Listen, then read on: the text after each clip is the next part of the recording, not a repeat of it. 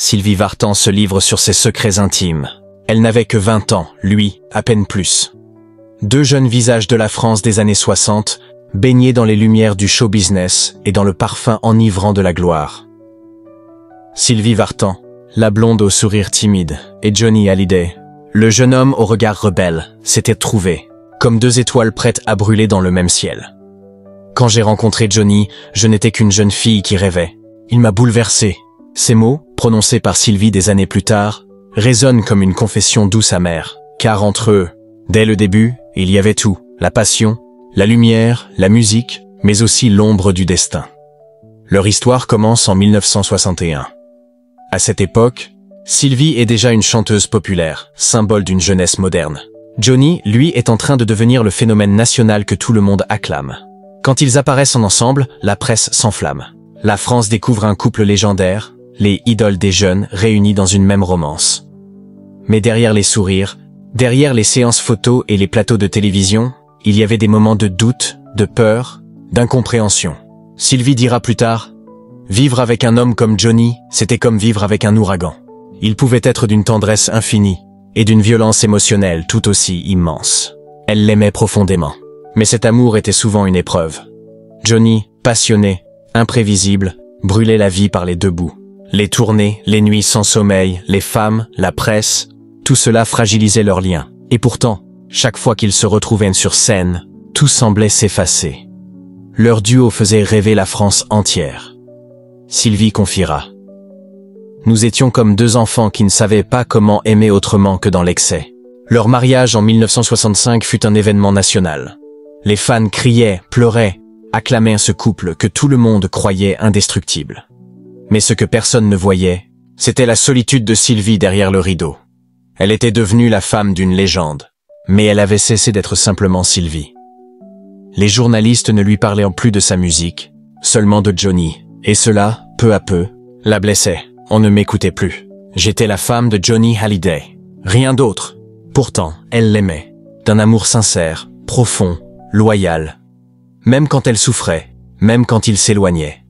Un soir, après un concert, Johnny lui dit « Tu sais, je ne suis pas fait pour être marié. » Et Sylvie, les yeux baissés, répondit simplement « Mais moi, je suis faite pour t'aimer. » Ces mots résument tout. L'amour, quand il est trop fort, peut devenir une épreuve. Sylvie Vartan et Johnny Hallyday étaient de fait pour s'aimer, mais aussi, peut-être, pour se déchirer. Derrière les apparences, derrière les photos parfaites et les sourires des magazines, les fissures commençaient à se creuser. Johnny, emporté par la gloire et la tentation, s'éloignait peu à peu. Sylvie, elle, souffrait en silence. J'ai beaucoup pleuré, mais je ne voulais pas que le public le voie. Dans ses yeux bleus se cachait une douleur qu'elle ne montrait à personne. La jalousie, les absences, les nuits d'attente, tout devenait insupportable. Johnny vivait à 100 à l'heure. Les tournées, les fans, les excès, les conquêtes, son nom résonnait partout. Sylvie, elle, essayait de garder le cap, de protéger leur amour des tempêtes. Je savais qu'il ne m'appartenait pas vraiment. Johnny appartenait au public. Et moi, je n'étais qu'une escale dans sa vie de tempête. Ce qu'elle n'avait jamais dit à cette époque, c'est qu'elle vivait dans la peur constante de le perdre. Chaque tournée pouvait être la dernière fois qu'elle le voyait vraiment. Chaque regard échangé en public pouvait cacher un adieu silencieux. Leur couple, symbole d'une génération, se transformait en un champ de bataille émotionnel. Elle voulait de la stabilité, il voulait la liberté. Elle rêvait de famille, il rêvait de scène. Deux mondes qui s'aimaient, mais qui n'arrivaient plus à se comprendre.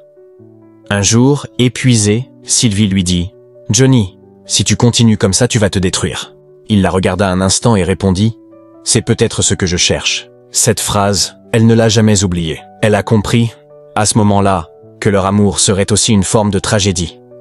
Les infidélités devinrent publiques. Les rumeurs, les articles, les photos volées, tout cela rongeait peu à peu le cœur de Sylvie. Mais elle refusait d'humilier Johnny. Jamais une parole blessante, jamais un scandale. J'ai préféré me taire, parce que quand on aime, on protège. Même celui qui vous fait souffrir. Pourtant, le silence finit par la consumer.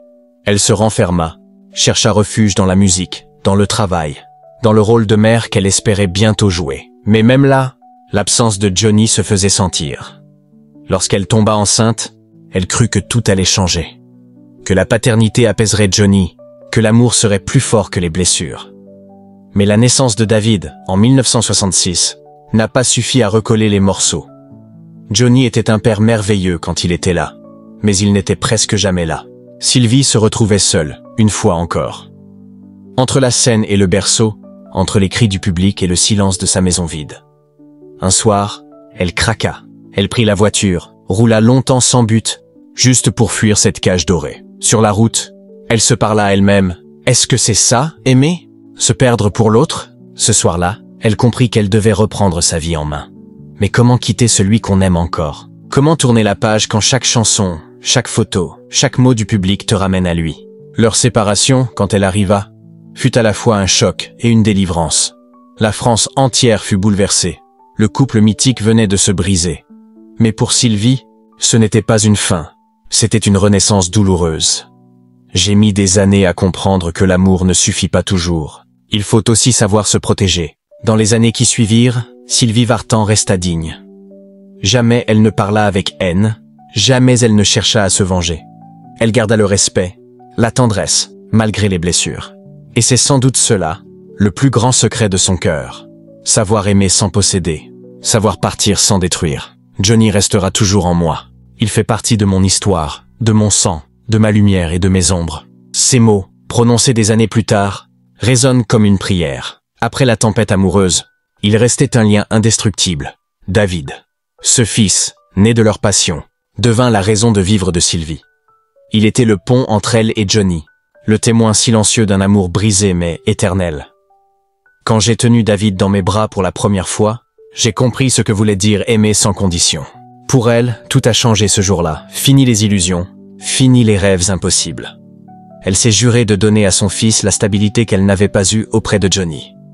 Sylvie voulait être une mère présente, protectrice, forte. Mais comment élever un enfant quand le monde entier observe chacun de tes gestes? Les journalistes suivaient chacun de leurs pas, les comparant sans cesse à Johnny. David devenait, malgré lui, le miroir de son père. J'avais peur qu'il souffre de notre histoire, alors j'ai tout fait pour qu'il ne manque jamais d'amour. Les années passèrent. Sylvie s'installa entre Paris et Los Angeles, cherchant la paix, loin des scandales et du bruit médiatique. Elle voulait offrir à David une enfance normale, loin des flashs et des polémiques. Mais la distance n'a jamais effacé les souvenirs. Johnny restait présent, dans les chansons, dans les journaux, dans chaque recoin de sa mémoire. Et pour David, grandir entre deux mondes, celui de sa mère et celui de son père, fut une expérience à la fois belle et complexe. J'ai toujours dit à David que son père était un homme exceptionnel, même si la vie nous a séparés. Je ne voulais pas qu'il porte nos blessures. C'est cette sagesse, cette pudeur, qui a marqué des générations de fans. Car Sylvie, contrairement à beaucoup, n'a jamais cherché à salir Johnny. Elle a préféré le comprendre. Pendant longtemps, elle a gardé le silence. Les médias la suppliaient de parler, de raconter sa version, de dévoiler les secrets de leur couple mythique. Mais elle refusait. Ce que nous avons vécu, Johnny et moi, nous appartient. Les gens ont vu nos sourires, mais ils ne comprendront jamais nos silences. Pourtant, avec les années, le besoin de vérité s'est imposé. Pas pour régler des comptes, mais pour se libérer. Dans plusieurs interviews, notamment dans son livre de souvenirs, Sylvie a levé le voile sur ses blessures cachées. Elle a raconté la solitude, la peur, mais aussi le pardon. J'ai pardonné, parce que sans le pardon, on reste prisonnier du passé. Ces mots, pleins de sagesse, résonnent comme une leçon de vie. Sylvie ne voulait plus être seulement l'ex de Johnny. Elle voulait redevenir la femme qu'elle avait toujours été, libre, vraie, humaine. David, lui, a grandi, est devenu artiste à son tour. Et dans sa musique, on retrouve l'écho de ses parents. Un mélange de mélancolie et de force, de tendresse et de pudeur. Quand je vois David chanter, je vois un peu de Johnny, mais je reconnais surtout mon fils. Cette phrase, simple mais bouleversante, montre toute la complexité de leur lien. Entre eux, il y a eu des silences, des malentendus, comme dans toutes les familles, mais aussi un amour indéfectible. Aujourd'hui encore, quand Sylvie parle de David, ses yeux s'illuminent. C'est sa plus belle réussite, son plus grand combat. Elle a souvent dit « Si je devais tout recommencer, je referais les mêmes erreurs, si cela me permettait encore de le tenir dans mes bras. » Mais derrière cette tendresse, il y a aussi des regrets. Le regret d'avoir vu son fils grandir entre deux continents. Le regret de ne pas avoir su retenir Johnny. Le regret, parfois, d'avoir mis sa carrière avant son cœur. J'ai souvent choisi la scène pour oublier. La musique a été mon refuge quand la vie me faisait trop mal. Et c'est sans doute là que se cache le secret de Sylvie Vartan. Une femme blessée, mais debout. Une mère aimante, mais pudique. Une star, mais avant tout une âme sensible qui, derrière la gloire, cherchait simplement la paix. Les années ont passé. Les cris des fans se sont tus. Les projecteurs se sont éteints. Mais Sylvie Vartan, elle, est toujours là. Plus sereine, plus apaisée, plus vraie que jamais. À 80 ans passés, elle n'a plus peur de parler, ni de se dévoiler.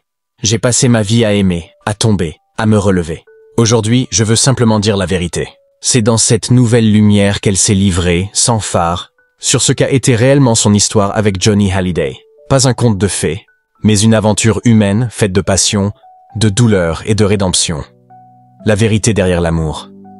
Quand Sylvie parle de Johnny aujourd'hui, sa voix tremble, mais son regard reste tendre. Il a été l'homme de ma vie, même si la vie nous a séparés. Elle raconte que, même après leur rupture, elle ressentait encore sa présence. Chaque fois qu'une chanson de Johnny passait à la radio, elle se taisait, écoutait et murmurait « Il chante encore pour moi ». Les années n'ont pas effacé la passion, elles l'ont simplement transformée. Sylvie ne parle plus de regrets, mais d'une forme de gratitude. J'ai connu un amour immense, même s'il m'a brisé. Peu de femmes ont eu ce privilège. Les blessures qui apprennent à aimer autrement. Aujourd'hui, Sylvie confie avoir longtemps cherché la paix en dehors d'elle-même. La gloire, les voyages, les amitiés du monde du spectacle, rien ne comblait ce vide intérieur. Ce n'est qu'en vieillissant qu'elle a compris. La vraie force, c'est d'accepter de ne pas tout contrôler. Elle explique qu'après Johnny, elle a aimé de nouveau, différemment. Elle a appris à écouter, à s'écouter, à ne plus confondre passion et dépendance. L'amour, ce n'est pas se perdre pour quelqu'un, c'est se trouver à deux. Ces mots, d'une sagesse rare, résument le parcours d'une femme qui a tout vécu. La gloire, la chute, la renaissance. Le rapport au temps et à la vieillesse. Aujourd'hui, Sylvie parle de la vieillesse sans peur.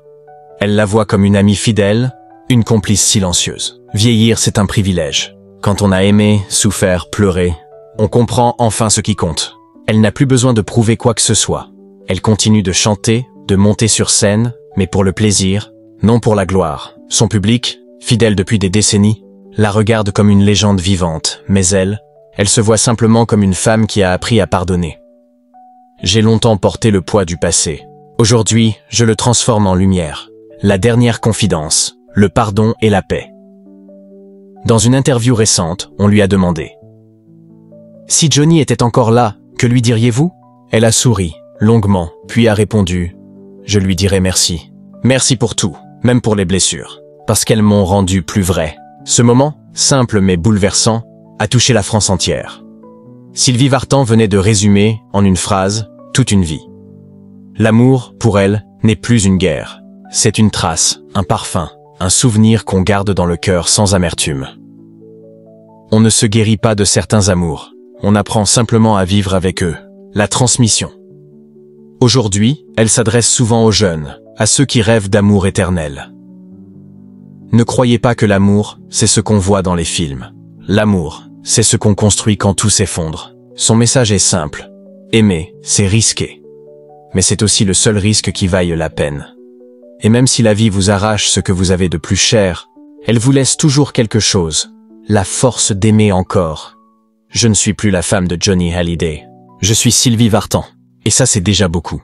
Elle sourit, les yeux brillants, et conclut « Je n'ai plus de secrets, seulement des souvenirs. Quand la lumière se tamise et que la salle se vide, il reste toujours un écho, celui d'une voix, celui d'une vie. Sylvie Vartan, la star des années yéyé, la compagne de Johnny Hallyday, la mère, la femme, la survivante. Aujourd'hui, cet écho, c'est celui de la sagesse.